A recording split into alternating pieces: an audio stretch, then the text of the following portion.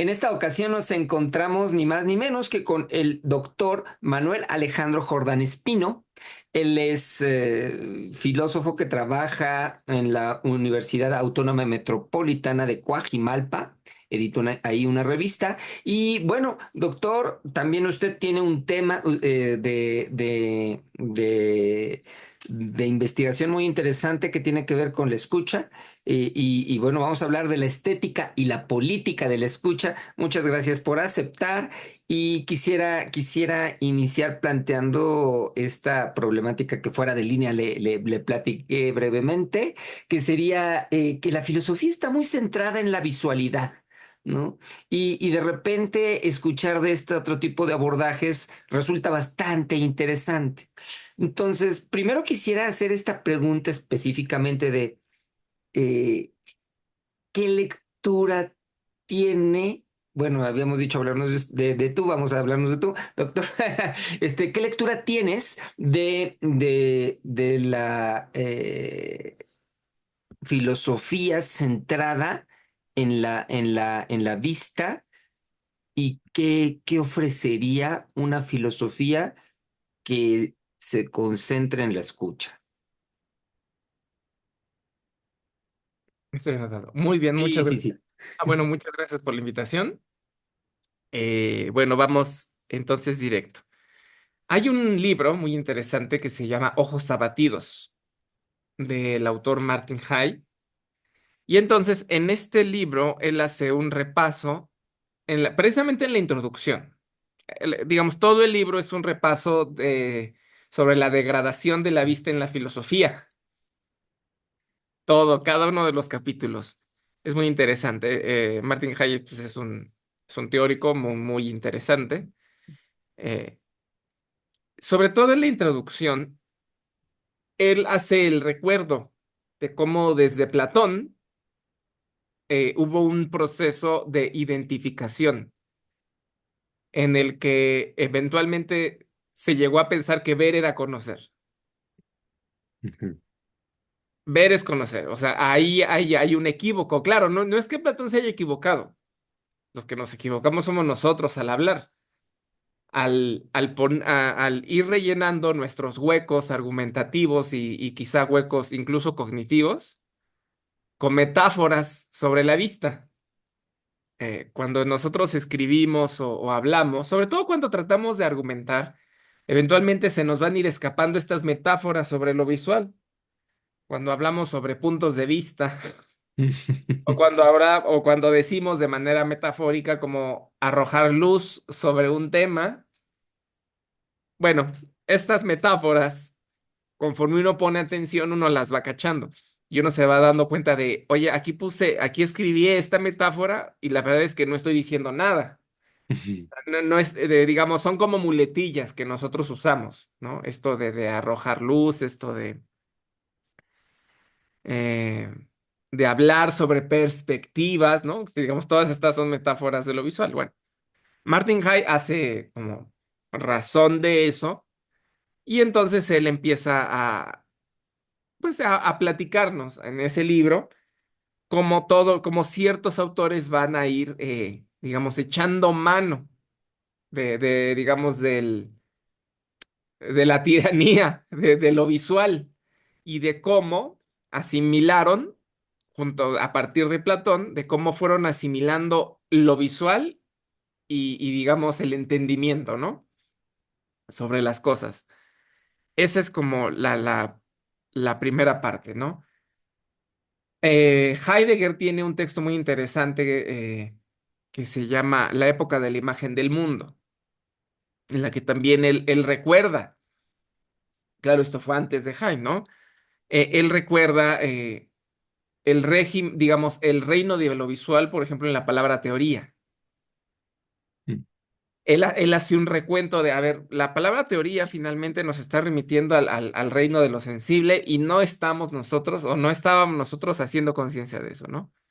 Y el problema es el mismo. Eh, yo creo que tiempo después, digo, ya más también para acá, Bertrand Lonergan escribió Insight, que es Mm. Es una de las obras, no sé si de las más importantes del siglo pasado, pero es una obra importante sobre cómo conocemos el mundo. Y una de sus premisas es esa, ver no es conocer. Uno de los primeros postulados que hace es ese.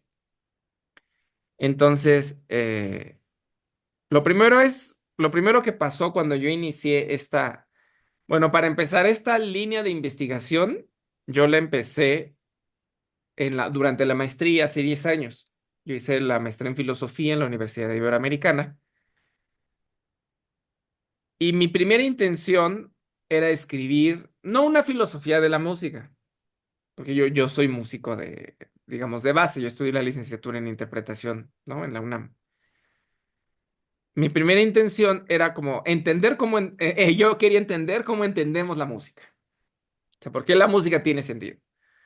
Y en su momento mi respuesta pues fue fenomenológica y, y hermenéutica. Bueno, como intérprete, pues para mí el modo, digamos, que se me prestó a mí, digamos, a mi entendimiento, pues obviamente fue la hermenéutica filosófica y la fenomenología. Entonces yo empecé con este proyecto y al irlo desarrollando, al ir escribiendo yo mi tesis, eh, me di cuenta que a pesar de ser músico, yo no tenía categorías específicamente auditivas. O sea, yo tenía categorías musicales. Los elementos de la música son 9: armonía, melodía, dinámica, gógica, etcétera. Eh, Tenía muchos conceptos y muchas nociones de ese tipo. Pero conforme iba escribiendo la tesis me di cuenta que yo no tenía herramientas filosóficas auditivas. Ese fue el problema. O sea, yo no tenía conceptos estrictamente auditivos. Yo seguía hablando de los puntos de vista, seguía hablando en términos de lo visual, del reino de lo visual, para construir mis argumentos. Y yo dije, aquí tenemos un problema. Ujú. Pero bueno, como sea, esa tesis salió, yo me titulé y vámonos de aquí. ¿No? O sea, como sea, yo me di cuenta de eso, pero dije, bueno, ahorita no es el momento. Yo no había estudiado filosofía en la licenciatura, entonces mi tarea en la maestría fue aprender a leer y escribir, ¿no? Y desarrollé, digamos, mi proyecto.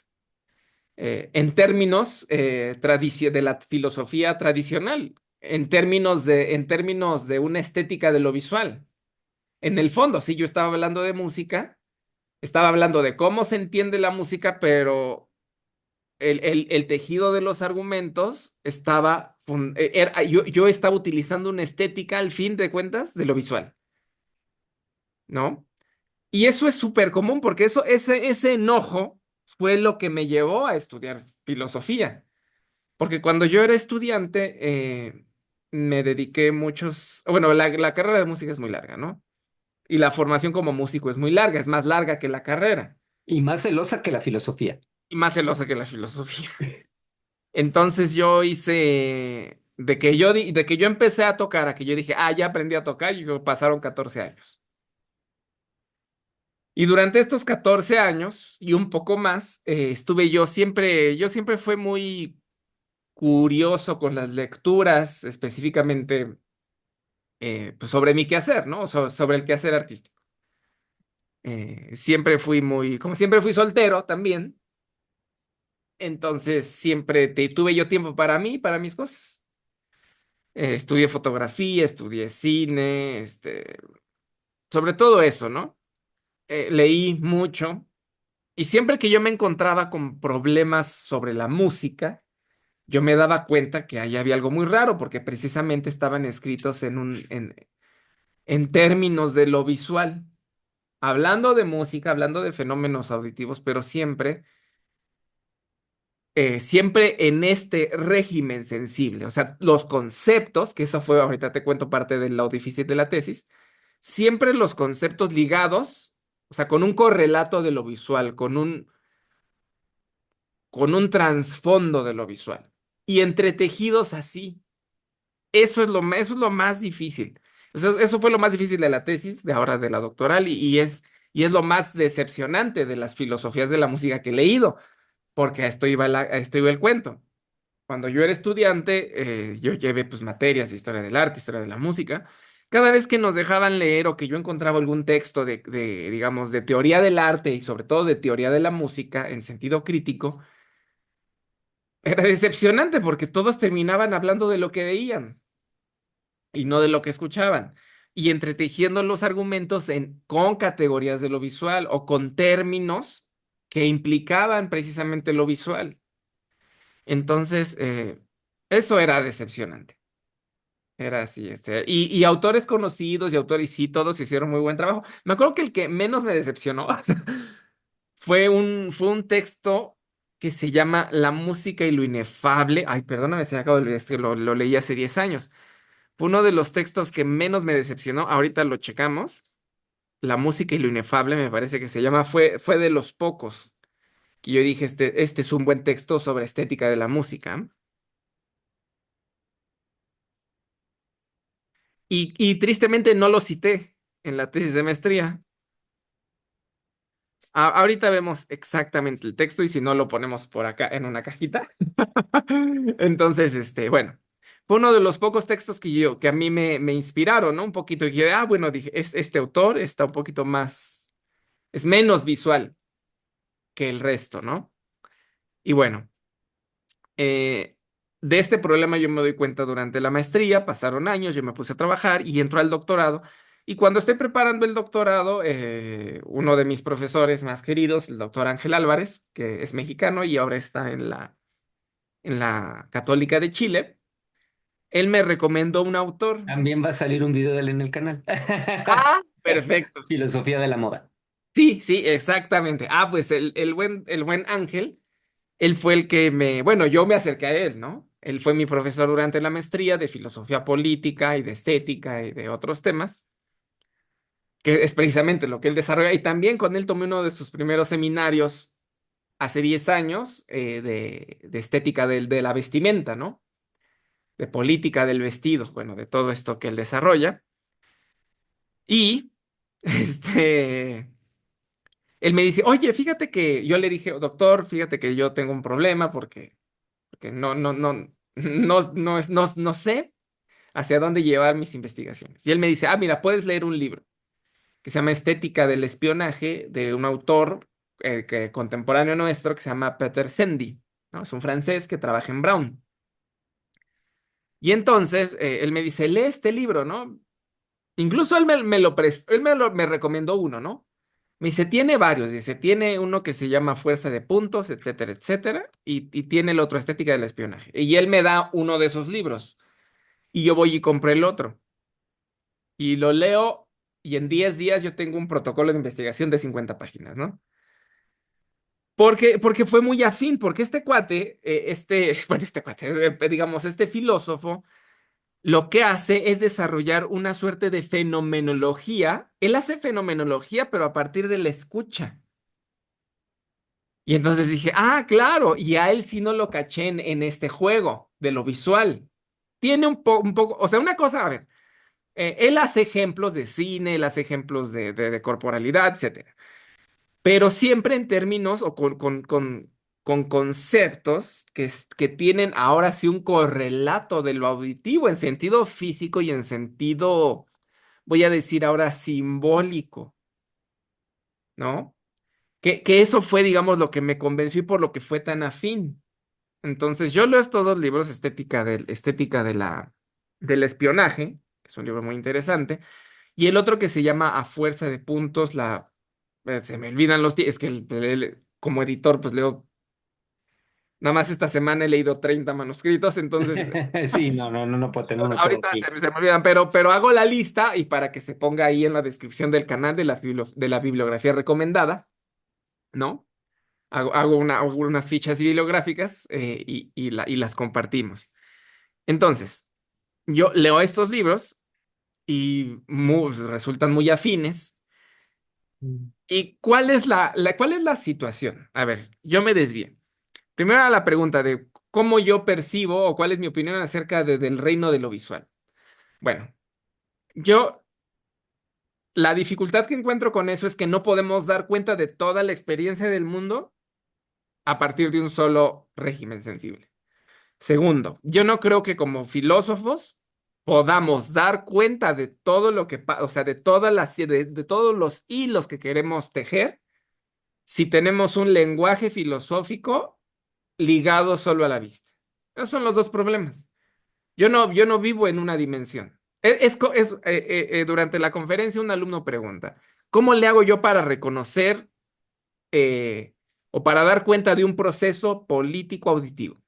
Que pues con todo lo que lo rodea, o sea, tu vida está partida en muchas dimensiones, tanto dimensiones sensibles como dimensiones cognitivas o dimensiones afectivas, ¿no me explico?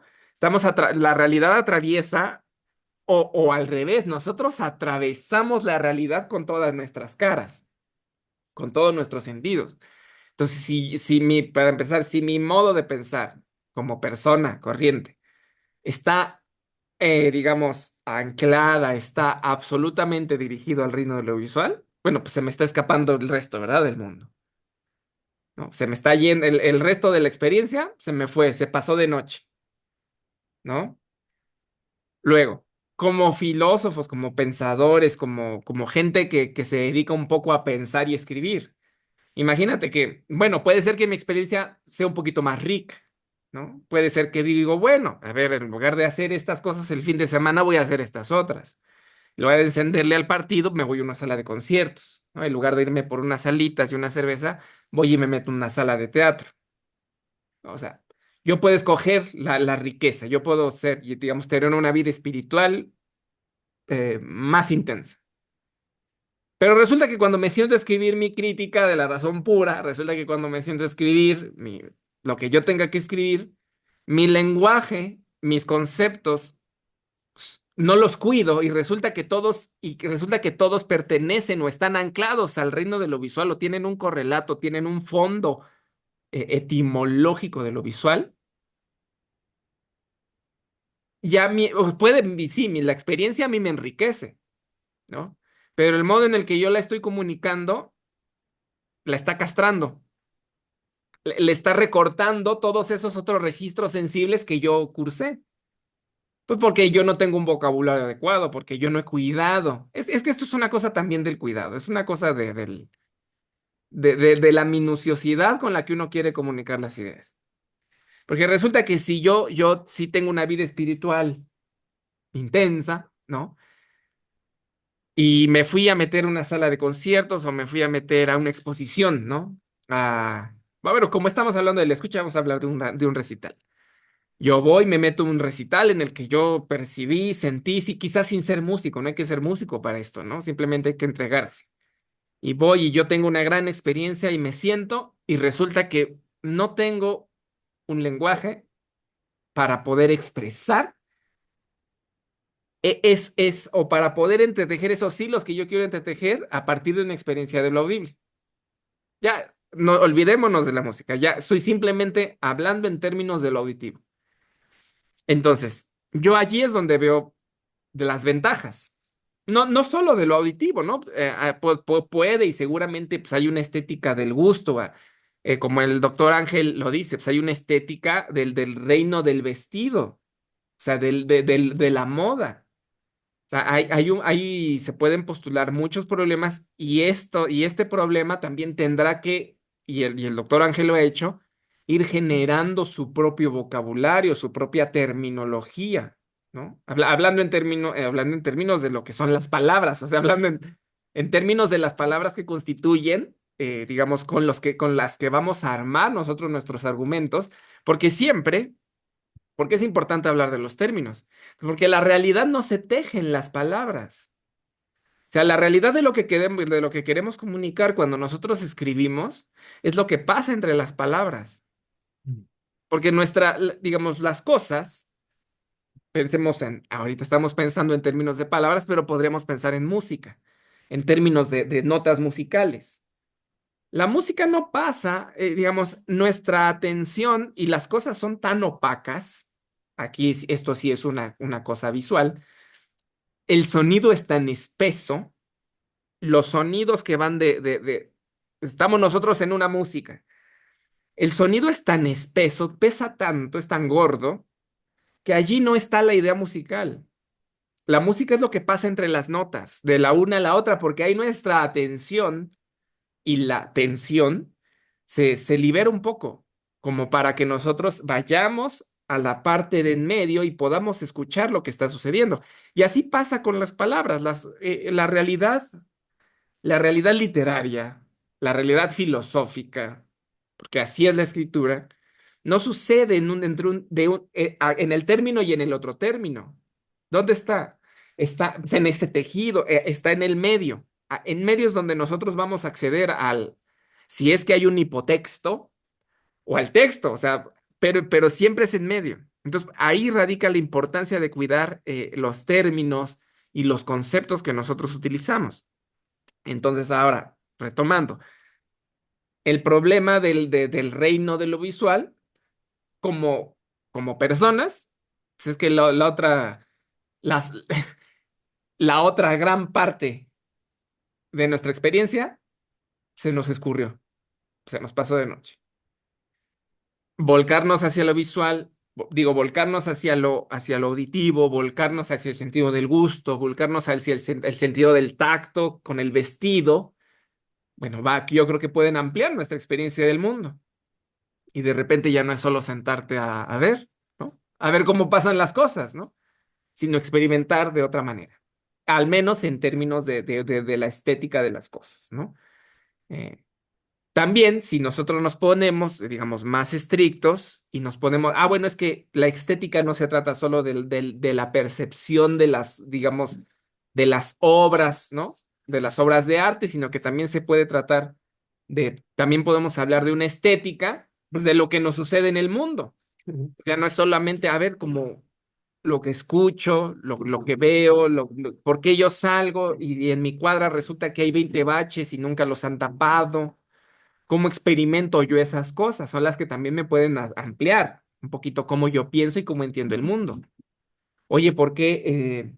Este es como el ejemplo más simple, ¿no? Porque yo salgo y por la mis- y, en la, y sobre esta calle hay 20 baches y siempre los ha habido y siempre los va a haber. ¿Por qué yo tengo que cursar? ¿Por qué mi cuerpo tiene que pasar por esto? ¿Qué está sucediendo o qué sucede a nivel de mi municipio, a nivel de mi ciudad, que yo tengo que pasar por esto y que toda la gente tiene que pasar por esto siempre?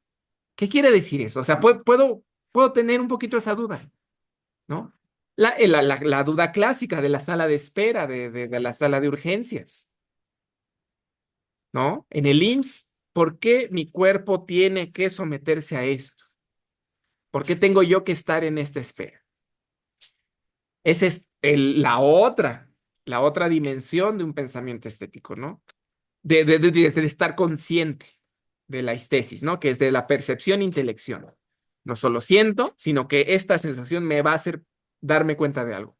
Oye, ¿por qué resulta que si vivo en Ciudad de México, por qué es imposible tener silencio? ¿Por qué es imposible el silencio, no? ¿Por qué es imposible en ciertos barrios, por supuesto, ¿no? ¿Por qué no puedo despertarme en silencio? No, pues es que es normal que el vecino tenga un escándalo, es normal que la farmacia tenga un escándalo, ¿sí me explico? Y es normal que nadie se queje. Digamos, a nivel de la experiencia, simplemente ya como persona, tener una conciencia de mis otros registros sensibles me va a decir, oye, espérate, es que esto no es normal. No es normal despertarse con ruido y dormirse con ruido y despertar con ruido del vecino, de aquel, de allá, de la fábrica. ¿Sí me explico? De que estamos en una franca falta de control, ¿no? Entonces, eso, como a nivel de experiencia, ¿no? Que hay una suerte de. También vivimos, ojo, aquí también es cierto, nosotros vivimos en una sociedad que es descuidada de muchos aspectos, o sea, en sentido generalizado, ¿no? A nadie se le hace raro despertar con ruido, irse a la cama con ruido y despertar con ruido, ¿no? A mucha gente no le hace, pues es que así es cursar estos baches todos los días, ¿no? Así en montaña rusa, en tu auto o en la combi, ¿no? ¿No? O bueno, en el transporte público. ¿Es normal? Es común que mi cuerpo experimente eh, este transporte público desasiado, este transporte público que somete a mi cuerpo a una tensión sin precedentes, ¿no? Esa es como una parte importante sobre cómo ampliar nosotros mismos los límites de nuestra conciencia estética, de lo que pasa en nuestro cuerpo, pues nos puede ayudar, ¿no?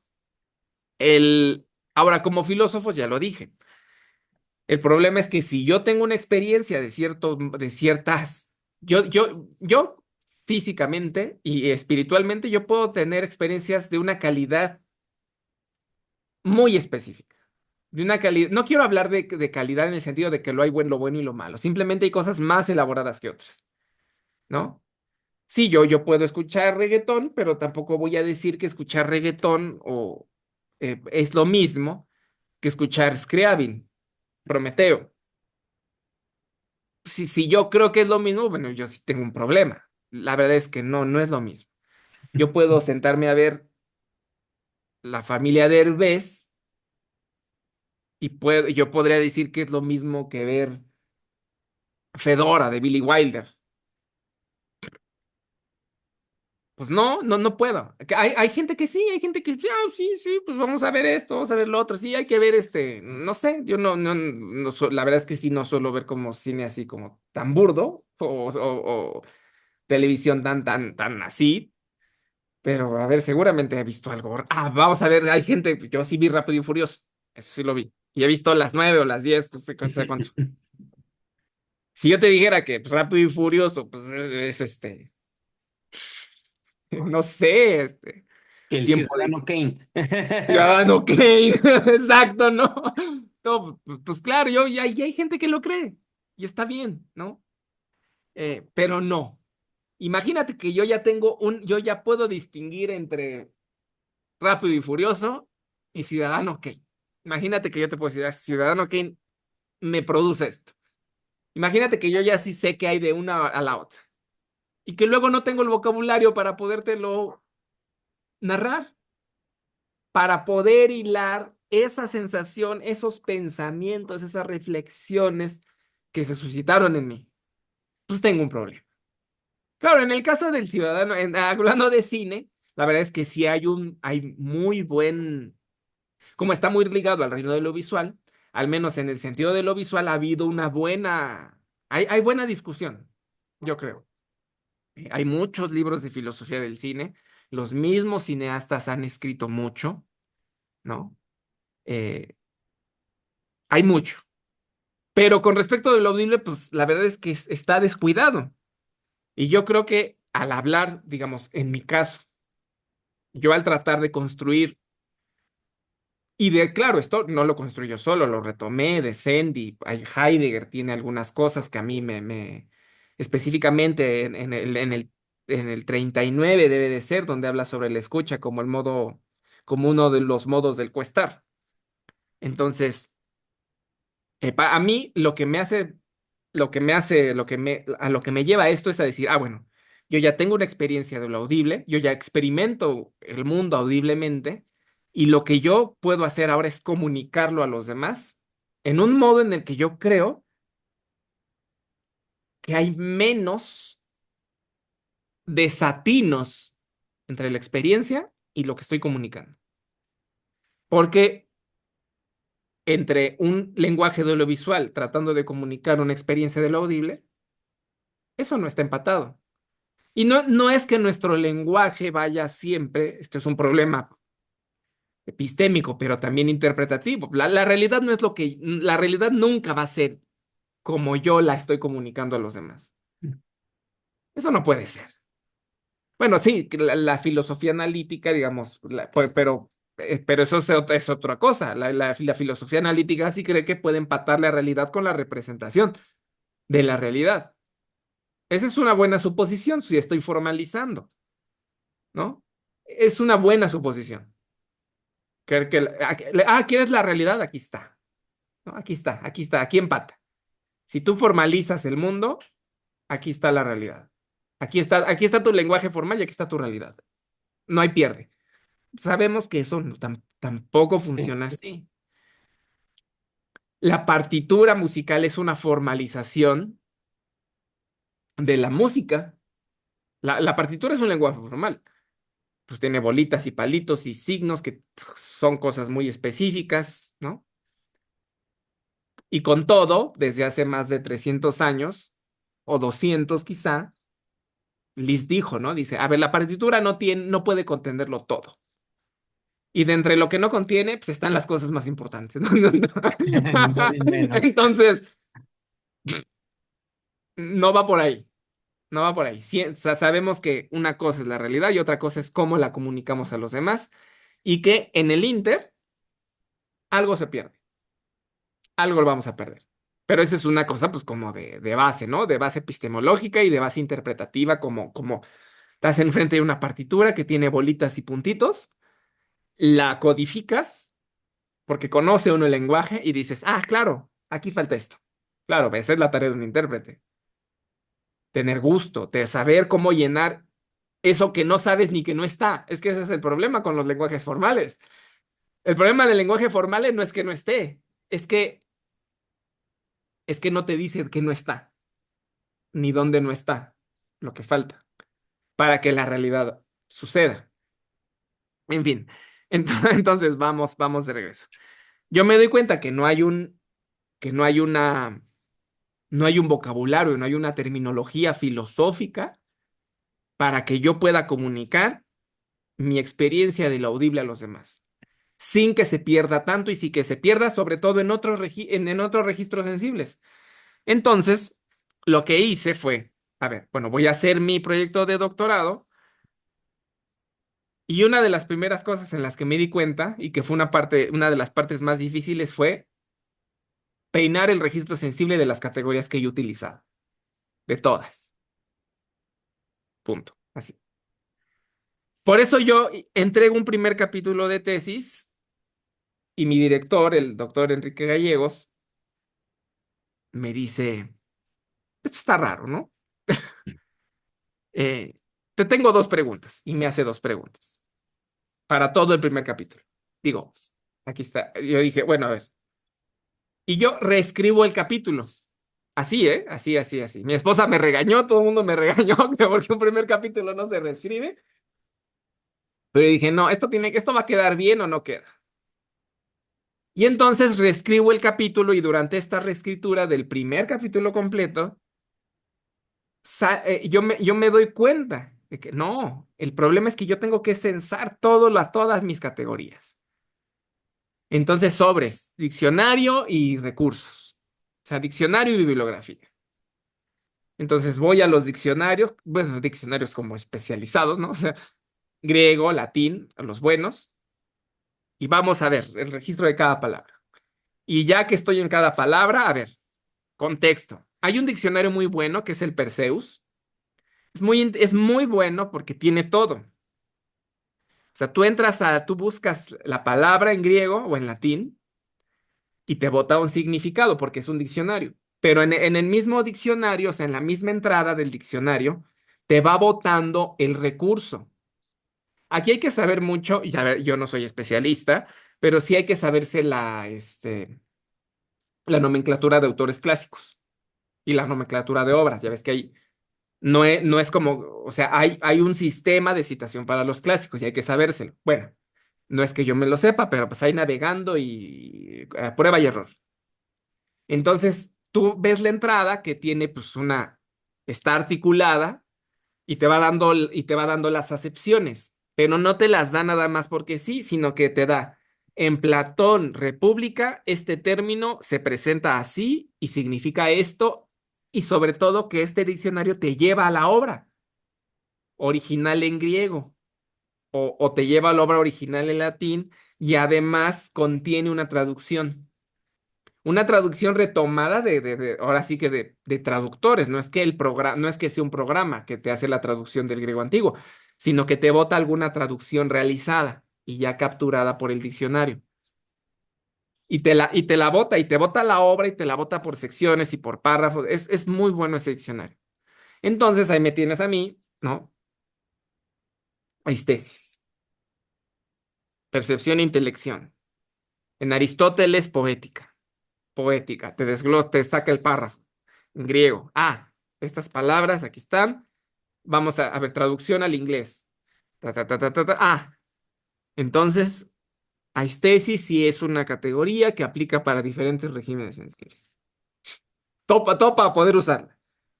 Y en el registro audible dice esto, en el registro dice, así, para empezar.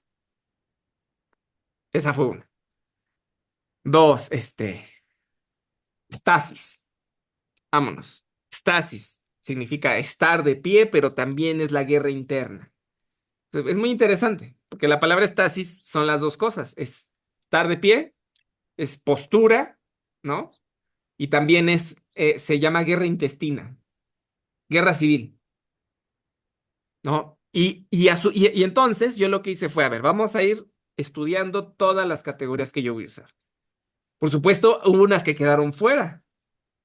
La palabra teoría no está en la tesis.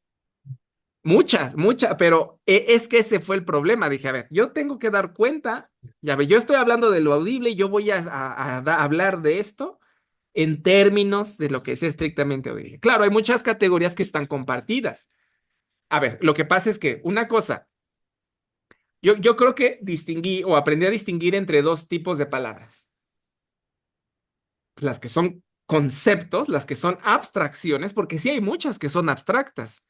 O sea, no solo es como Descartes pensaba. No solo el axioma, no solo el álgebra, es la forma del pensamiento. Yo creo que hay muchas palabras que efectivamente tienen una carga tan abstracta que sí están como que parece que están, al final las decimos, y si las decimos, pues tienen una carne sensible. Si las escribo, tienen un soporte sensible, pero aquí en la cabeza sí parece que están como desligadas o que subsumen mucho de la materia estética, de la materia sensible, y pues, subsumen tanto que parece que están flotando, lo voy a decir así, o sea, parece que están en el éter, parece que son whiz, ¿no? O sea, parece que son pura, ahí inacibles, parece que vienen de un reino de lo inacible, en fin. Y aprendí también a distinguir de estas otras palabras que parecen que son abstractas, pero que en el fondo tienen una carga muy muy espesa de cierta, pues que de esta identificación entre la sensación y el conocimiento. Te digo, te cometemos muchos errores de ese tipo. Así como ver no es conocer, o sea, conocer en el sentido filosófico y de generación del conocimiento, pues como tampoco ni escuchar, ni palpar, ni comer, ni sentir, ¿no? O sea, yo aprendí a distinguir, aprendí a conocer, mira, es que esta palabra parece que es abstracta, pero no es una abstracta. En realidad es un equívoco que siempre estamos cometiendo y pensamos que al mencionarla nosotros estamos diciendo algo, pero no. ¿Sí me explico? Y bueno, ahora por el contrario, hay una serie de palabras o conceptos, hay una serie de términos que están compartidos entre diferentes regímenes sensibles. ¿Cuáles son las más simples? Reflexión. El sonido se refleja. Si yo ahorita estoy hablando, el sonido se está reflejando en todos los aparatos que tengo acá. Pero también la luz se refleja, ¿no? La luz es susceptible de reflejarse. Eh, Vamos con otro. El tacto. El tacto no solo sucede o sea, un tocamiento no solo sucede en el régimen pues, del sentido, o sea, en el régimen del sentido del tacto. También es algo que está muy ligado a la escucha, ¿no? Escuchar también implica un, un contacto, un contacto directo, ¿no? Claro, lo que sucede es que este contacto es más sutil. Yo ahora yo hago esto, ¿no? Pero si yo te hablo, hay una parte de mi voz, quizá, esto es más física, ¿no? Las partículas en contracción y rarefacción son las que están tocando tus tímpanos. Por eso no te gusta que te griten. Bueno, ni a ti ni a nadie. Pues porque hay algo que está ahí entrando en contacto. O sea, no oímos por obra y gracia, no. Oír es un fenómeno mecánico. O sea, la física detrás de la escucha es mecánica. No hay, claro, ya entrando, ya toda vez en el oído interno, en el oído medio y en el oído interno, estas, esta mecánica se torna electricidad, se torna lo que sucede en el cerebro. Pero antes de eso, es mecánica, es pura mecánica. Así, esa es la teoría, partículas en contracción y rarefacción. Es una perturbación en la presión. El sonido es una perturbación mecánica en el ambiente. Es mecánica, ¿no? Entonces, ¿a dónde iba yo con todo esto? Bueno, estaba yo con las palabras o con los términos que cruzan o que sí, claro, que cruzan o que pueden estar emparentados con diferentes regímenes sensibles. Y esa fue como una de las partes más difíciles, porque yo quiero hablar de una estética política de la escucha a partir de la filosofía política de Jacques Rancière, o sea, a partir de una política de la igualdad. Y ahora lo que hice fue aprovechar particularmente tres de las nociones propuestas por Peter Sendy en sus libros, ¿no? Y ahora dije, bueno, el chiste de esto no es nada más repetir a Sendy. O sea, yo lo que hice fue, sí, ampliar la perspectiva, poner ejemplos. Incluso yo utilicé ejemplos de cine. Y ahorita, pues, sí podemos platicar un poquito cómo fue ese trabajo. Pero el chiste fue como, quiero desarrollar una política de la escucha en términos auditivos. Y yo quiero retomar estos tres conceptos y ampliarlos y vincularlos con una política y cuidar mucho que mis términos y mis conceptos sí den cuenta digamos, hagan justicia o traten de hacer justicia a las percepciones y a la estética de lo que es puramente o llanamente audible. Sin sacrificar los vínculos con las otras dimensiones sensibles. ¿Por qué? Hay una cosa que se llama música acusmática. La música acusmática o los que la defienden creen que puedes llanamente escuchar y que tu percepción esté desligada de la vista, del tacto, del gusto, de todo. Pues eso suena más a un planteamiento de estos imposible, o sea, no imposible, sino suena a un juego. Vamos a jugar a que solo escucho. Vamos a jugar a que las ondas mecánicas no atraviesan mi cuerpo.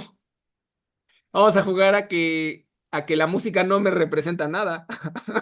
Vamos a jugar a que la música no me lleva a otros lugares, no me hace imaginar, o sea, poner imágenes en mi cabeza. ¿Sí me explico? Eso no se puede. Bueno, sí, si juegas a eso, sí, voy a jugar a que estoy en un concierto de música acusmática y que no estoy sentado. O sea, y que no estoy parado. O sea, voy a jugar a que floto, a que no tengo cuerpo, pero que sí tengo oídos. O sea, es una cosa como rara. Una de las cosas que a mí me interesó fue, a ver, decir, es que, ¿cuál es yo sí hago un vínculo muy importante entre la escucha y el tacto, que es uno de los términos que mencioné en la conferencia, que es auscultar, ¿no? La auscultación es un proceso auditivo, pero que está amarrado con el tacto, así definitivamente, ¿no? El otro que mencioné en la conferencia es la diafonía. Esa sí es muy del oído, pero también es muy abstracta porque las dos son herramientas psíquicas o como las llamé, otofilosóficas, ¿no? O sea, son operaciones del pensamiento en términos de lo auditivo y con referencia estética en lo auditivo, ¿no? Entonces, esa fue como la parte como más difícil y ya, digamos, lo que se centra ahora mi línea de investigación es pues, en seguir explorando, pues, estas categorías y sobre todo un trabajo que para mí es importante es refinarlas, ¿no?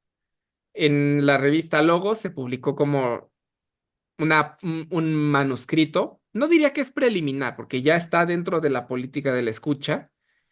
El texto se llama Una escucha política bueno, lo ponemos ahí en el video. Es un manuscrito, es un texto que escribí sobre la política de la escucha de la canción de intervención Un violador en tu camino.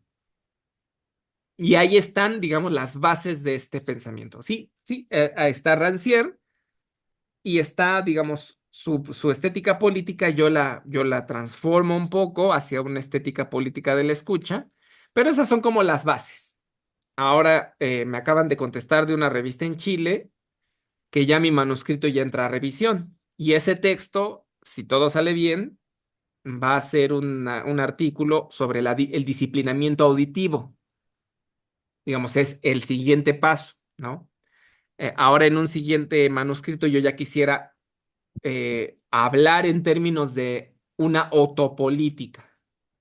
Digamos, yo necesitaba hacer estos dos textos, pero no es que no estén en términos auditivos, ya están en términos auditivos, pero en el primero lo que hice fue como postular, a ver, vamos a hablar de una política de la escucha, a partir de un fenómeno específico que fue la canción de intervención, ¿no? En este otro digo, bueno, ya sé que hay una política, bueno, también es un proceso mío, ¿no? De cómo voy, pues sí, como refinando mi escritura y refinando mis conceptos. Y el siguiente paso, bueno, vamos a hablar de un disciplinamiento auditivo en términos auditivos. En ese manuscrito lo hago a partir del ejemplo de Canoa, ¿no? De la película de Felipe Casals. Entonces, ya que ya lo hice, ya tiene más de un año que lo sometí y apenas me contestaron que siempre sí lo van a revisar. Entonces, si todo sale bien, ahí va a quedar eso. Y el siguiente paso, digo, todo esto está no es que todo esté en la tesis del doctorado, porque la tesis del doctorado, pues sí se trata de todo esto y más, pero ya siempre el artículo de investigación implica un refinamiento de los argumentos y una puesta en marcha de, digamos, de todas las capacidades. Por eso para mí es importante como seguir desarrollándolo, pero ya en artículo, ¿no? Porque sí es una escritura distinta.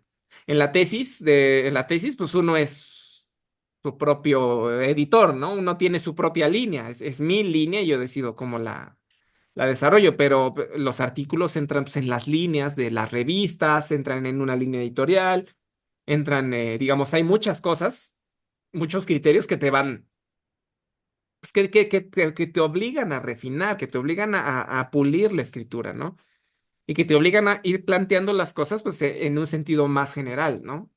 Que sea de un interés que pueda ser más generalizable. Bueno, en fin, esto ya también depende de las revistas. Pero por eso el siguiente paso es escribir ya un manuscrito, quizás sobre, no sé si sobre diafonía o sobre auscultación, que es la que ahorita me importa más, eh, pero ya en términos de una autopolítica. O sea, ya inmerso en ya completamente inmerso en un reino de lo auditivo, ¿no? No porque lo otro sea menos importante, sino porque yo creo que es lo que a mi parecer, es lo que hace falta seguir desarrollando. Yo a esta investigación llegué pues por el libro de A la Escucha de Nancy, que en realidad es un prólogo para uno de los libros de Peter Sendy, del autor de donde yo retomé diafonía, auscultación y estigma. No, en la conferencia en la que tú estuviste no hablé del estigma, pero a mí me parece un tema maravilloso, que ya después platicaremos de eso si se puede. Te digo, yo no llegué así nada más. O sea, yo llego a esto primero por el libro de Martin Hay, que el libro de Martin Hay pues es antiocular, pero pues eso lo hace un problema ocular. Ser antiocular lo hace un problema ocular. Entonces, bueno, lo de Hay fue como un punto de partida reflexivo, ¿no? Después de allí yo llego al parágrafo, siempre se me olvida si es el 36 o el 136 de Ser y Tiempo, en el que habla de la escucha. Y allí en esta traducción muy, muy buena, en la que se edita en Trota, ahí el editor y el traductor sobre todo tiene unas muy buenas notas sobre la escucha en Heidegger. Ahí alrededor de ese parágrafo, y esa fue otra de las cosas que a mí me llamó la atención. Derrida, en Márgenes de la Filosofía, también hace una muy buena alusión y menciona cosas muy interesantes. O sea, fueron las cosas que me fueron como despertando, ¿no? Eh, ya digamos, el punto fuerte fueron Peter Sendy, ¿no? Con su obra. Que yo en su obra también yo noté algún, no, o sea, yo voy a hablar mal de él, ¿no? Pero no, noté, como yo decía, aquí, diafonía lo deja aquí, pero esto puede ir más allá. O sea, podemos ir más adentro, podemos calar más, no sé si refinar, pero podemos ir más al fondo de esto. Este concepto puede dar más. Y así también el de auscultación. Eh, Porque son también, te digo, son conceptos o son operaciones que son multidimensionales. Bueno, ahorita hablamos de eso. El chiste es que yo llegué a este tema por estos autores, sobre todo a la escucha de Nancy, y yo creo que fueron ellos, o sea, fueron particularmente esos autores y esas discusiones las que, pues por las que yo terminé diciendo, yo creo que puedo hacer algo aquí. Y ya después, digamos, durante el doctorado y conforme yo iba investigando, me di cuenta pues que sí era muy extraño, ¿no? O sea, que sí era, bueno, encontrar un comité, alguien que leyera y entendiera fue dificilísimo. O sea, encontrar alguien que dijera, yo lo leí, yo lo entiendo, fue, fue difícil, fue muy... de entre ellos el doctor Ángel Álvarez. Él fue mi jurado, él fue parte del jurado, ¿no? Sí, sí, porque buscamos entre músicos y filósofos y no, nadie quería, ¿no? Pues, leían el protocolo, leían el avance de tesis y decían, pues esto quién sabe qué es, ¿no? O sea, porque para empezar no está ni en o sea, sí es filosofía, pero no está ni en el lenguaje tradicional de los filósofos, que es absolutamente visual. Ni en el interés de muchos, quizá, ¿eh? Y quizá, además, en el interés de, pues esto quién sabe qué es, ¿no? Estas palabras qué, ¿no? O sea, sí, yo creo que por los dos lados fue como muy difícil, porque músicos me dijeron que no. Músicos y filósofos me dijeron que no. Entonces, sí fue complicado, o sea, fue muy difícil, sobre todo, pues, sabes, una tesis de este tipo se escribe con, bueno, yo 4 años no pude dormir bien, 4 años, o sea, que la escribí así, ¿eh? O sea, yo terminé mi doctorado y entregué mi tesis, ¿no? No es como que me haya tardado, pero sí fueron 4 años de que no te dejen paz, ¿no? O sea, de que no duermes, no comes bien, porque todo el tiempo está esa cosa ahí en la cabeza, ¿no? Y acá aquí peor, porque estaba en la cabeza y en mis oídos, ¿no? Entonces, sí, fue un proceso como complicado. No sé hacia dónde ahora podamos platicar o si tienes alguna duda o algo. Y, por ejemplo, algo también muy básico de como pregunta y que un poco también se desprende de lo que has dicho, me quedé pensando, bueno, cuando asociamos el fenómeno de la escucha, ¿qué es lo que escuchamos, no? Y creo que lo primero que uno puede pensar es o palabras o música, ¿no? Y esta es mi pregunta, ¿qué es lo que escuchamos y cómo lo categorizas? Pues la realidad es que nosotros, o sea, las personas escuchamos todo. O sea, quizá no le prestamos atención a todo. O sea, hay esta distinción, ¿no? Oír y escuchar, es lo que enseñan luego en la escuela, ¿no? Pero la realidad es que escuchamos todo el tiempo. O sea, ya alguien anotó alguna vez, los oídos no tienen párpados. O sea, no escoges si escuchas o no. Sí, sí, sí. Solo la sordera o la muerte son las que te paran. No hay otro modo. Entonces, la realidad es que escuchamos todo el tiempo. O sea, estamos a expensas de la realidad audible del mundo, todo el tiempo. No se detiene. Cuando dormimos, cuando comemos, siempre estamos escuchando, ¿no? Ahora, más que cómo lo categorizamos es uno de los problemas del disciplinamiento auditivo, que es la primera parte de la investigación, que es este texto que si se publica va a estar muy bien. Es que eso a nosotros nos forma. Ese es el problema. No es que yo escojo, acá o allá. No, es que eso nos atraviesa y nos endereza. O sea, no, Sí, sí, sí, nos, sí. nos alinea con algo. Esa es la situación. Esa fue precisamente la primera parte de la conferencia. No es que, hay un mundo audible y yo escojo. Sí, eso pasa en las películas de Walt Disney. En otro lado pasa, ¿no? La realidad es que yo estoy, yo no, nunca he dicho que si yo soy heideggeriano soy lo otro, ¿no? Pero yo sí creo que estamos aquí y de a como nos toque, ¿no? Y que la realidad, así como el reino de lo visual o el reino del gusto, te toca y te endereza. O sea, primero te decía una jefa que yo tuve. Primero te cuadras y luego te inconformas. Primero te viene la realidad, te atropella. Primero te pasa por encima y luego dices, ay, cabrón, o sea, pues es por acá o es por allá, ¿no? Y esa es la realidad del ritmo de lo auditivo, o sea, de nuestra realidad, de nuestra cotidianidad auditiva. Lo que te decía, pues es que es normal que enfrente de mi casa hay una farmacia que ponen el escándalo mañana, tarde y noche. Es normal que yo esté enfermo, es normal que yo que trabajo en una tienda de moda rápida, en un Zara o en una de estas cosas, es normal que si yo trabajo aquí, me dejen sordo, porque la música está a todo volumen todo el tiempo, ¿no? O sea, eso es normal y eso es lo que te alinea con las prácticas que tú tienes en el resto de tu vida, ¿no? O sea, esa es la situación y no es que yo escoja, ¿no? Pues es que es normal que si yo vengo en el microbús, el chofer traiga el escándalo y que suene el motor y que haya ruido. ¿Sí me explico? Es normal que si yo estoy aquí con mi celular y yo voy a subir una historia, o bueno, es más, yo abro mi celular y es común que que empiecen a sonar la oferta del día, ¿no? La oferta auditiva. Ya, y si voy pasando,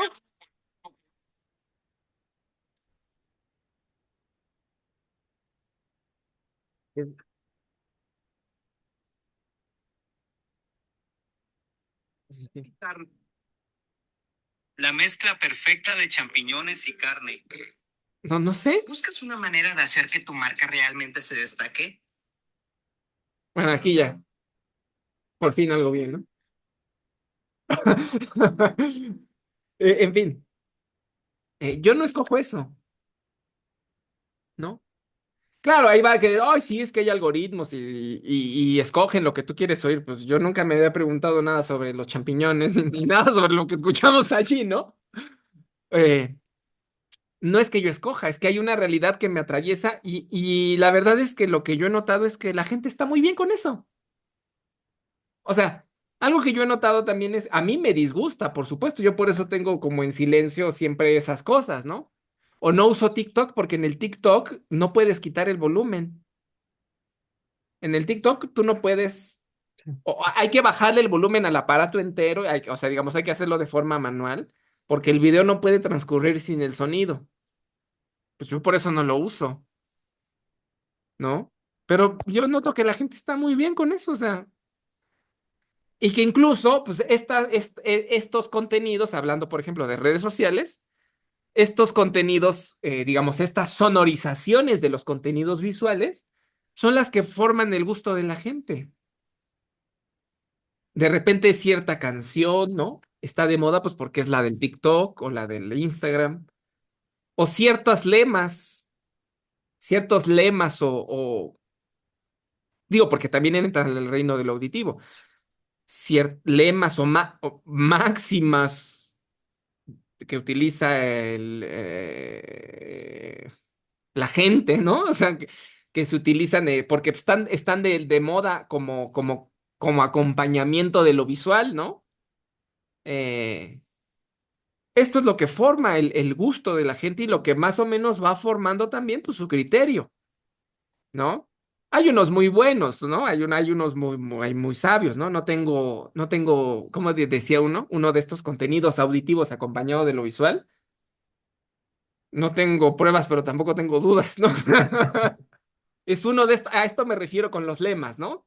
Claro, hay unos absolutamente estúpidos y que, bueno, la gente igual seguía por ellos, absolutamente huecos, absolutamente, la palabra es estúpidos, ¿no? Idiotas, sobre todo es la palabra idiota, ¿no? De lo que refiere al sí mismo, ¿no? Del idio, del que está aquí, arriba, solo en su cabeza, ¿no? Es el idiota, ¿no? Hay unos absolutamente idiotas, pero que a final de cuentas forman el criterio de la gente. O sea, es que esta es la cosa con lo auditivo y es de lo que hablábamos en la conferencia. No es que escojas solo o digas, esto es esto, esto es lo otro. No es que tú los categorices. Claro, nosotros como filósofos, nosotros como historiadores, nosotros como sociólogos, nosotros, bueno, yo digo nosotros, yo nada más estudié música y filosofía, ¿no?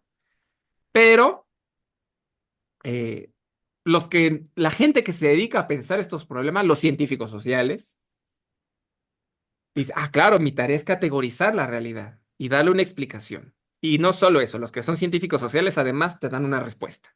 Además te dan una solución, no son como uno, ¿no? Que nada más anda ahí quejándose. Que nada más habla, categoriza y no resuelve, ¿no? No, los científicos sociales incluso te dicen, mira, el problema es este y se resuelve así. Órale. Pero ya durante la experiencia, pues la realidad no es esa. La realidad es que no solo es que hay una realidad sensible, sino que esta me forma, esta me disciplina, si yo me dejo disciplinar, por supuesto, ¿no? Si yo dejo que me pase por encima, pues sí, claro, claro, yo puedo, esto que escucho todo el tiempo en las redes sociales, estos lemas, estas músicas que acompañan los videos tontos de TikTok o los videos de, de ¿cómo se llama? Instagram, ¿no? Por hablar de un área de despliegue de los registros sensibles, ¿no? Claro, en este caso son visuales y son auditivas, ¿no? Hablando de las redes sociales, lo que se despliega es vista y sonido, o sea, imagen y sonido. Eh, Todo eso, la realidad es que termina por formar el gusto, cuando menos, ¿eh? Cuando no, porque la realidad es que forma el criterio. Quisiéramos que formara solo el gusto. Dice, pues me gusta ver tonterías, ¿no? Estoy aquí viendo, pues no sé, la verdad es que nunca veo como basura de ese tipo, o casi no, pero no es solo que ver esta imagen, porque esto sucede en todos los sentidos. Es lo que te decía de los baches. Tú sales y en esta calle hace 20 años hay los mismos 20 baches cada vez más profundos, ¿no? Yo no sé cómo está formando eso, condicionando mi cuerpo. Y más allá de que condicione mi cuerpo, condiciona mi modo de entenderme en la ciudad, mi lugar en la ciudad. O sea, ese es el problema. El problema no es que a la gente le guste la basura o que yo vea Rápido y Furioso. No, el problema no es ese. Si formara solo mi gusto, para gustos hay colores, decía una profesora. El problema es que todas esas experiencias van condicionando el modo en el que yo me entiendo en mi realidad social, por ejemplo, en el modo en el que yo aprendo a relacionarme con mis pares. A ver, un ejemplo, si la pornografía solo fuera mi gusto por el cuerpo del hombre o de la mujer, no afectaría la manera en la que yo trato a las mujeres. Punto. Así es así. Este es el chiste de las cosas. No es que sea la pornografía por su por su modo de presentarse. O sea, no es la estética de la pornografía con la que hay un problema. O sea, quiero decir, con la estética de lo visual o del auditivo, ¿no? Es, es lo que forma en mí.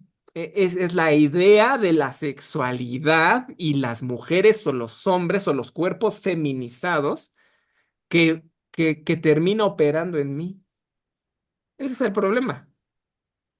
Bueno, claro, la pornografía es un tema muy agudo, con muchas aristas, pero ahora vamos a poner eso en otro término, te digo, por ejemplo, en el de lo visual, ¿no?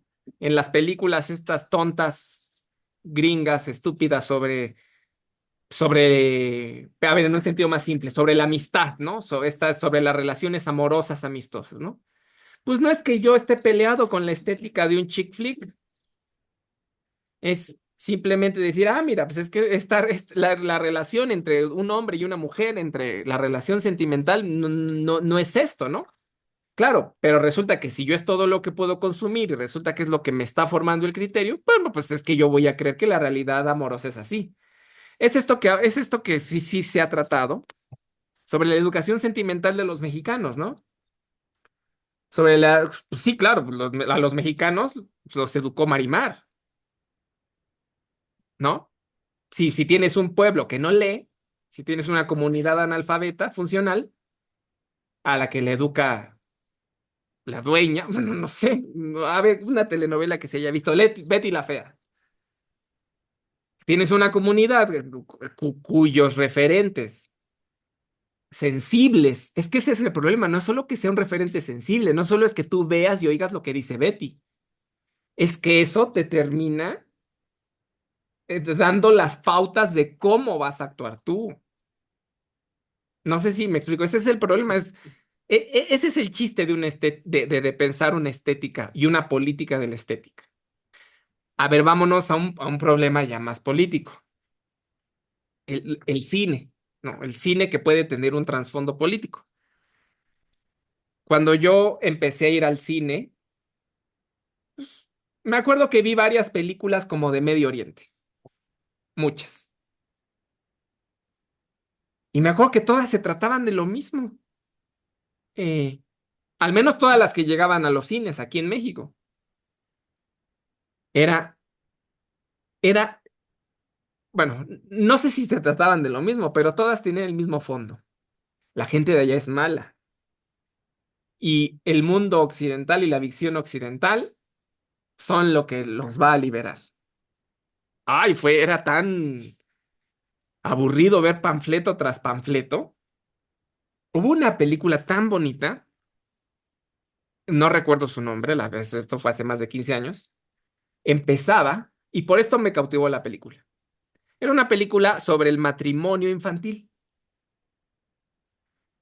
Pero yo siento que estaba muy bien lograda porque, o sea, yo siento que el mensaje, claro, el matrimonio infantil pues, no es deseable en ningún lado, pero sobre todo digamos, localizado en estas comunidades rurales, como de lo que nosotros llamamos Medio Oriente.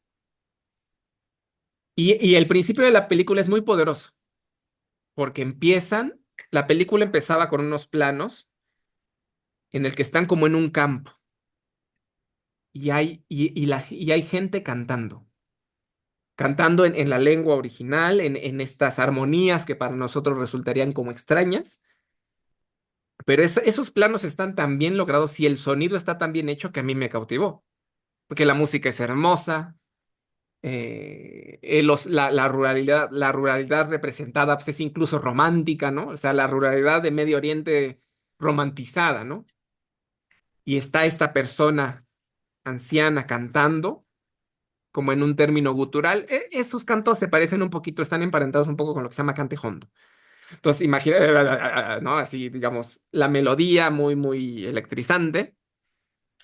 Y de repente, pues esta ruralidad empieza a revelarse, pues como este lugar perverso en el que casan a las niñas con los hombres, ¿no? Y no solo con los hombres, sino además con los hombres delincuentes, ¿no? Con los líderes de guerrillas, ¿no? Con los líderes de resistencia, fíjate que esa es la otra, ¿no? Una doble, ¿no? O sea, una encarnación auditiva de la maldad, pero que cautivadora. Claro, ¿cómo crees que acaba la película? Pues con un Mickey Mouse. La película acaba así, con un primer plano de un Mickey Mouse y unos aros olímpicos. Para mí eso fue decir, bueno, esto sí, no estoy defendiendo, en ningún momento voy a defender el matrimonio infantil, pero sí, digamos, la formación, aquí ahí lo que operaba políticamente era la formación del enemigo, ¿no? O sea, no hay mejor enemigo que el que tú construyes. Y no hay mejor enemigo para ser vencido, pues que el que tú construyes, ¿no? Y solo hay enemigo público. Bueno, pero esto lo enseña Schmidt en su teología política y sobre lo político, ¿no? El concepto de lo político. En fin, esas fueron, digamos, yo me di cuenta de la distancia, ¿no? Pero la verdad es que hay gente que no.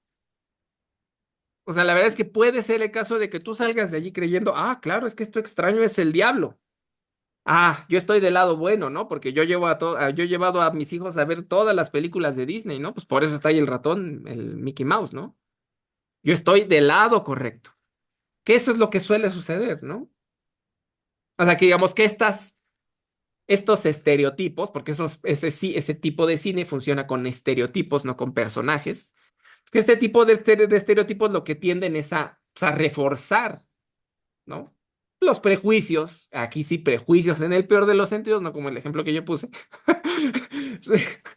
tienden a reforzar estos prejuicios de decir, ah, claro, yo estoy del lado bueno, y es que al final eso es lo que orienta. O sea, al final el cine no alimentó mi gusto. Al final, ciertos ejemplos, ciertas experiencias estéticas, lo único que hacen es reforzar mi abyección. Claro, esto me ayuda para ser más abyecto, ¿no? Esto me ayuda para ser más idiota cada día, ¿no? Esa es la realidad sobre cómo operan.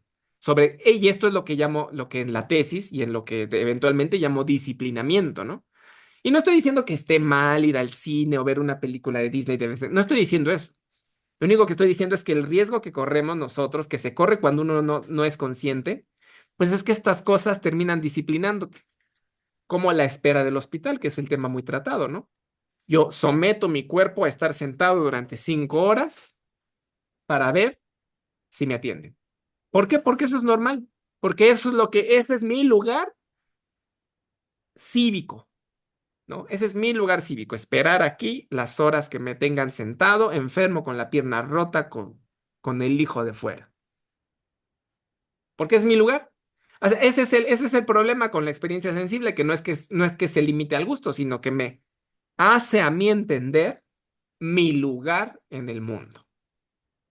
Y por eso es la necesidad también de plantearlo como una política, porque la política, mm, como se entiende en cuanto que igualdad, es decir, no, espérate, este no es mi lugar. Mi lugar no es estar aquí 5 horas hasta que me quieras atender. A mí, o sea, yo no, este no puede ser mi lugar. Política es decir, o sea, hacer conciencia, es decir, no, espérate, yo no tengo que pasar por estos 20 baches. Aquí hay algo que está mal y vamos a encontrar qué es lo que está mal, ¿no? Es decir, a ver, espérate, yo no tengo que, o sea, mi cuerpo no tiene que pasar, yo no tengo por qué estar escuchando ruido mañana, tarde y noche. Aquí algo está mal y lo vamos a encontrar y vamos a saber qué es lo que está mal y lo vamos a arreglar. Esa es la cosa con la política. Esa es la cosa con un hacerse consciente.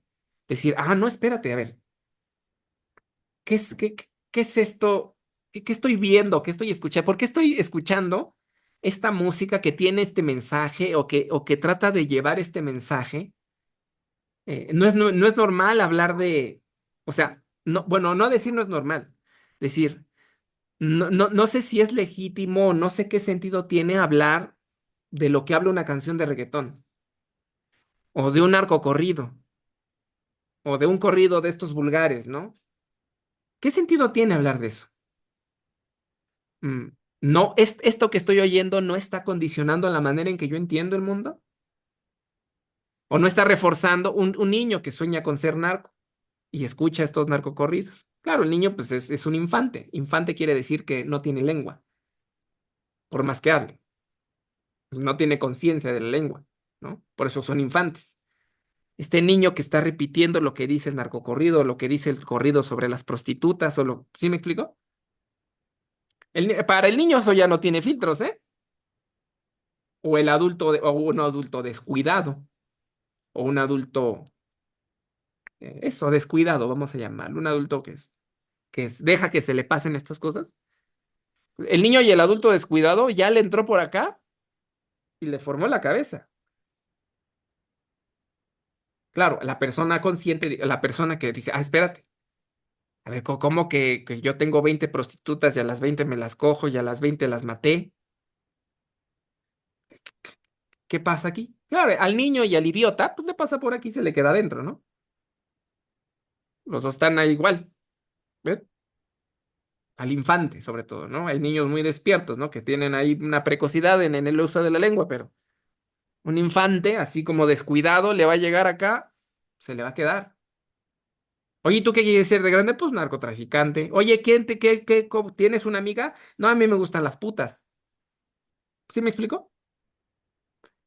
es la cosa con la escucha. Bueno, con el disciplinamiento en general de los sentidos, ¿no? Bueno, de nuestra experiencia a través, ¿no? Pues es que cómo experimentamos el mundo. Claro, si tengo mi beca es ni 20, pues lo puedo experimentar. Hay este meme también muy curioso, ¿no? De una estrella de pop coreana, así como sentada, así ultra glamurosa, y alguien en la ventana de su limusina, ¿no? Claro, si eres si eres un privilegiado, pues claro que pues puedes experimentar el mundo pues así, ¿no? O sea, desde un hedonismo absoluto, ¿no? Desde tu posición privilegiada, ¿no? Pero fuera de eso, pues hay que experimentar el mundo entero, ¿no? Entero, vas al súper, oye, es que no es normal que si yo vengo al supermercado o que yo tenga que comprar en un supermercado para empezar. ¿Por qué? ¿Por qué no puede? ¿Por qué no hay un mercado? Bueno, no sé, o sea, todas estas cosas por las que atravesamos con nuestro cuerpo intelección y que finalmente tenemos como personas, pues podemos asumirlo y decir, ya, claro, también no hay que escoger qué batallas vamos a pelear, ¿no? Se escogen las batallas, decir, ah, bueno, a ver, no hay agua en mi cuadra o no hay mercado, ¿cuál te vas a aventar? No, pues la del agua. Oye, es que aquí cerca hay tres bares que tienen la música, tres bares clandestinos, a mí me pasó. Hay dos bares clandestinos, uno abre a las 6 de la mañana y el otro abre a las 6 de la tarde, en cuanto el otro cierra. ¿Qué vamos a hacer? Con música y todo el día, ¿sí me explico? Hay que escoger las batallas, ¿no? Bueno, si están los dos bares y además no hay agua, pues ni modo el agua gana, vamos a pelear esta batalla. ¿No? Si no hay electricidad y no hay drenaje, bueno, pues ahí está cabrón, ¿no? Ahí sí cuál te avientas, ¿no? Pues las dos son importantes, ¿no? Chalco, estamos inundados hace 2 meses, ¿no? Bueno, ahí no hay más batalla, ¿no?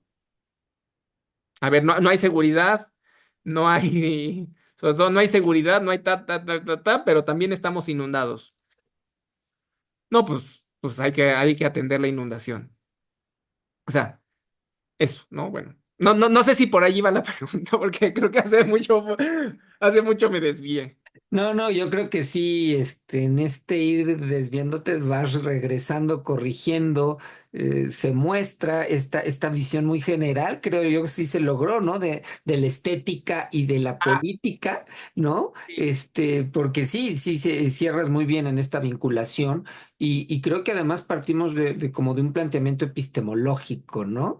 Que no es sinónimo de conocer, que la experiencia de la escucha es importante no solo en términos de percibir belleza, sino Ajá. que también tiene que ver en términos de estar en el mundo y de la Ujú. política, ¿no? Ah, claro, y justo esto de percibir no es conocer. Es que ni ver es conocer, ni oír es conocer. Es el problema. O sea, pasar los baches no es conocerlos. Pasar los baches y decir, espérate, aquí hay algo que está mal. Ahí está el gesto de, a ver, pienso, puedo pensar, ¿no? Es decir, a ver, ¿por qué llevo 5 horas? Digo, a todos nos ha pasado, llegas a urgencias y dices, oye, ¿por qué aquí no puedo ser atendido? ¿Por qué tengo que esperar 5 horas? Es decir, no, esto no es normal. O sea, es levantar la mano y decir, a ver, yo no, o sea, y es que ese es el gesto político, decir, a ver, no es que haya un gobierno allá, ajá, como pensar, ah, no, pues son cosas del gobierno, no, son cosas que tenemos que se tienen que arreglar desde abajo, desde la acción, decir, esto no es normal, vamos a arreglarlo. O vamos a ver si se arregla o cómo se arregla, ¿no? Bueno, ya sabemos que en el IMSS está muy difícil, pero puede haber muchas otras cosas que sí, ¿no? O sea, puede haber muchas cosas que tú digas, a ver, no es normal que yo tenga miedo de pararme en la esquina de mi casa a las 9 de la noche. No es normal, güey, o sea, no. A ver, vecinos, tú, yo, ¿qué vamos a hacer? Y ya, a ver, ¿a dónde nos lleva? Pero ahí empieza. Entonces, sí, experimentar y sí, quizás razonar o como lo queramos ver, eso sí es conocer el problema. Es decir, esto no es normal, vamos a ver, vamos a explicárnoslo. O sea, no es normal que yo no pueda ir a la esquina, que me dé miedo ir a la esquina. A ver, no, entonces, a ver, ¿qué está pasando? Vamos a pensar qué es lo que está sucediendo y vamos a ver si esto tiene solución. Ahí estamos ya, digamos, entrando en un nivel de decir, Sí, el gesto político o el gesto, bueno, primero, percibir no es conocer. Como en la vida ordinaria, en la vida corriente, pues sí, experimentar las cosas no es poner el punto, el dedo en la cosa. Yo voy al cine y me como la última de los Derbez o la última de quien sea, y experimentarla no es poner el dedo sobre el asunto. Yo puedo ir a verla y decir, ah, claro, así es la vida, esta es la realidad, ¿no? El cine mexicano representa nuestra realidad, ¿no? Yo, pues sí, ¿qué es lo que pasa? Ah, voy a ver el Capitán América. Ay, claro, sí, lo máximo, ¿no? Estados Unidos, lo máximo, la guerra, ¿no? Lo máximo, todo lo que representa, ¿no? O sea, experimentar las cosas no es conocerlo. Claro, si vas y ves el Capitán América. Yo poco a poco también fui dejando de ver ciertas películas, ¿no? Cuando era más joven, me acuerdo que una novia me dice, hace muchos años, muchos, muchos años, vamos al cine a ver qué hay. Me acuerdo que ese día padecí, sufrí. Dije, no, pues yo ya no puedo hacer esto, ¿no? Que es incómodo porque yo ya me cansé de que siga, yo no puedo estar, es una hueva total estar viendo cómo tratan de reforzar en mí pues, los estereotipos de todo tipo, ¿no? De género, de clase, no me acuerdo qué película fue, por suerte, ¿no? Y de repente alguna otra vez me pasó, ¿no? O sea, alguna vez como ay, no tenemos que, vamos a ver qué hay al cine, ¿no? Y de repente fuimos a ver una película como de vampiros animada, ¿no? Hace muchos años también, yo creo que hace unos 10 años. Una película de vampiros sobre una vampira como morena que tiene un papá vampiro. Bueno, no, nadie es moreno en las películas, ¿no? Nadie es moreno en el cine, en el cine, ¿no? Y si es moreno, pues está moreno exotizado, ¿no? O sea, era pues una vampirita como de pelo negro. Y algo muy curioso fue esta noción de, a ver, espérame tantito porque aquí están. Oye, Arenita, ya retírate de aquí. Vámonos. Entonces, perdón, por estos dos exabruptos. En fin, no, repito, yo al entrar, cuando entré a ver estas películas, la última que vi fue esta de la vampira, ¿no? Hace 10 años. O sea, la última película como de este tipo. Y fue para mí decir, bueno, es que esto, ¿no? De que si yo entro aquí de manera ingenua, pues salgo reforzando lo que yo ya sé. Los hombres se casan con mujeres, las mujeres tienen que tener hijos, se tienen que estar en la cocina. Pero no importa, tú puedes lograr lo que tú quieras. A toda madre, ¿no? Está bien, está bien. Digo, la vida es aterradora. La vida, así en su conjunto, así, experimentar la vida es aterrador. Pues mejor le hago caso aquí al Walt Disney, ¿no? Sí, sí, sí, sí. Tú vas a tener hijos, tú vas a ser chamacos, pero no se preocupen. Ustedes son libres, ¿no? Ustedes pueden hacer lo que quieran. Claro, porque salir y vivir es aterrador. O sea, puede ser aterrador, ¿no? También es maravilloso. La plenitud no es para todos. La plenitud no es para todos. Entonces, hay a quienes nos convendrá más esto, ¿no? Seguir los cánones de Walt Disney y decir, bueno, o los cánones del Capitán América, ¿no? No sé, hay mucho para dónde escoger, ¿no? Hay muchos estereotipos para escoger cómo vives tu vida, ¿no? Para escoger cómo encasillas tu vida en algo y ahí la dejas que se vaya, ¿no? Hasta la muerte, hasta el último, hasta tu última exhalación. Pero también puede ser lo otro, ¿no? Que es un poquito el gesto de decir, espérate, esto no es normal. A ver, no es normal que las 100 películas que están exhibidas en el cine refuercen los mismos estereotipos, ¿no? Estén construidas de la misma manera y digan lo mismo y estén basadas en los mismos prejuicios. No es normal que los 100 anuncios de televisión sobre lavadoras A ver, ¿qué es? ¿Por qué? Yo no sé por qué todas son mujeres, y por qué todas son amas de casa, y por qué todas son blancas, y por qué todas son así, por qué todas son delgadas. Ay, ¿qué pasa? No es normal que todos los anuncios que ciertos anuncios de cierta clase de productos estén hipersexualizados. ¿Qué sentido tiene eso, no? Esa es como la relación entre el reino de lo sensible y el reino de la duda. Si quieras sentir la sospecha de, oye, esto es normal. Eso con respecto de todo el régimen sensible, ¿no? De todas las dimensiones sensibles por las que cursa nuestra experiencia.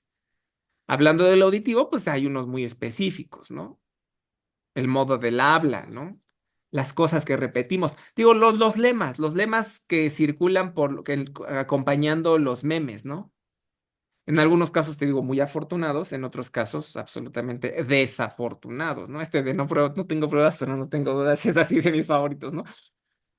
Pero hay otros absolutamente desafortunados, ¿no? O sea, que lo único que hacen es reforzar la abyección, ¿no? La abyección en la que a veces estamos. Pero bueno, vamos, ¿qué sigue en el programa? ¿Cómo vamos? Ah, no te escucho. Sí, y es que había puesto mi... No, y ahorita vamos a cerrar, pero sí me gustaría ver si podemos hacer después en otra ocasión una continuación en la que hablemos de estas tres categorías que mencionas de la auscultación, Claro, la diafonía y el estigma. sí, claro. Entonces, a ver, bueno, ¿cómo cerramos ahorita? Pues ahorita yo creo que podríamos tal vez señalar qué conclusiones se desprenden de esta exploración que has hecho en términos generales de tu filosofía de la escucha. Bueno, como conclusión, digamos, en el sentido general Sí, de una estética política de la escucha, yo pondría así como tres, yo pondría la atención bueno, no sé si son tres, vamos a ver cuántas sale. Uno, las categorías con las que nosotros, o sea, yo creo que algo importante que sale de esto es que nosotros podemos que nosotros podemos cuidar como filósofos, bueno, yo no soy académico, o sea, yo edito una revista científica, pero yo no soy profesor investigador, yo no tengo una plaza, pero decir sí, como que dentro yo me considero más bien una persona pues que piensa o que trata de pensar, como personas que nos dedicamos a reflexionar, a pensar, a tratar de entender la realidad. Una estética política de la escucha o ese trabajo lo que me deja es la conciencia y el cuidado de decir, hay un mundo y hay una experiencia y yo tengo que tener cuidado de cómo comunico esto a los demás. Y, y yo, digamos, para mí ese es el objetivo, ¿no? De hacer una conciencia, porque mi objetivo no es nunca convencer. O sea, mi objetivo no es como decir, fíjate en esto porque esto es importante. Bueno, sí, claro, sí, sí, es importante. Pero mi objetivo así, lo que yo tengo en la cabeza o lo que me gustaría provocar es la conciencia de que tenemos que cuidar nuestras categorías como personas que estamos pensando, como personas que estamos escribiendo y tratando de encontrar una explicación a ciertas cosas. Y sí, entender o hacer conciencia de que nuestras categorías tienen que estar más dirigidas y más cuidadas. Claro, yo estoy hablando porque en un sentido filosófico. Como filósofos, nuestras categorías deben de estar mejor censadas, mejor, tenemos que tener bien cuidados los elementos de las categorías y en este caso de los registros sensibles por los que cruzan nuestras palabras. ¿Por qué? Porque yo creo que así sí podemos dar cuenta de una mejor manera de nuestra experiencia y cómo la entendemos. Y sobre todo también esto permite que los problemas filosóficos o los problemas epistémicos afloren de manera distinta, porque los términos también, te digo, desatan otro tipo de procesos mentales. Si tú estás leyendo un texto que está escrito en unos términos que aluden a un registro, que tú no tenías en el panorama, bueno, pues es que eso ya es un avance. No sé si me explico. O sea, ya, a ver, decir, estos términos, este manejo conceptual me saca de mi lugar. Me está llevando a un lugar que yo no conozco o a un lugar que yo había por ahí visto o sentido, pero que aquí ya estoy, ya me metí. O sea, me fui por otro camino. Y yo siento que eso sí estimula nuestra comprensión de las cosas. O sea, para mí eso es como, a mí lo que me gustaría pensar que puede lograr la lectura de una estética política de la escucha, fundada en términos auditivos y cuidada en términos auditivos. Que de pensar en el problema, por ejemplo, como lo hago en mi investigación, en el cine, pero a partir de su dimensión audible, pues ya me puede llevar a entender el cine o mi experiencia del cine en otro sentido y a entender que el sonido no es simplemente un acompañamiento, sino que termina de darle forma a la experiencia estética de la sala de cine, de la película. ¿Sí me explico? Eso es como una de las conclusiones que yo saco, ¿no? Y algo que me gustaría lograr, ¿no? Otra es como otra de las conclusiones de una estética política de la escucha, pues es que no es nuestro lugar en como individuos, como personas, como ciudadanos, ¿no? O incluso como agentes políticos, pues viene de muchos lados. O sea, digamos, mi formación como ciudadano no es simplemente la clase de civismo, es la experiencia de la comunidad que yo tengo, es otra cosa de una estética y política de la escucha. Es que mi lugar en el mundo y cómo yo me despliego en mi comunidad o en mi sociedad o el lugar que yo asumo está construido desde muchos ámbitos, ¿no? Esa es otra de las conclusiones a las que yo llegué, o sea que mi persona como ciudadano es, está articulada desde muchos frentes y que uno de esos frentes pues, es mi experiencia auditiva del mundo, cómo se me ofrece el mundo, cómo me pasa por encima la realidad, de entre ellas a través de una dimensión audible y cómo esa dimensión me disciplina o me puede poner en la situación de decir, oye, basta, o sea, aquí hay algo mal y tenemos que arreglarlo. Esas son como las dos, fíjate, fueron dos como pensamientos que a mí me desataron esta primera parte de una estética política de la escucha.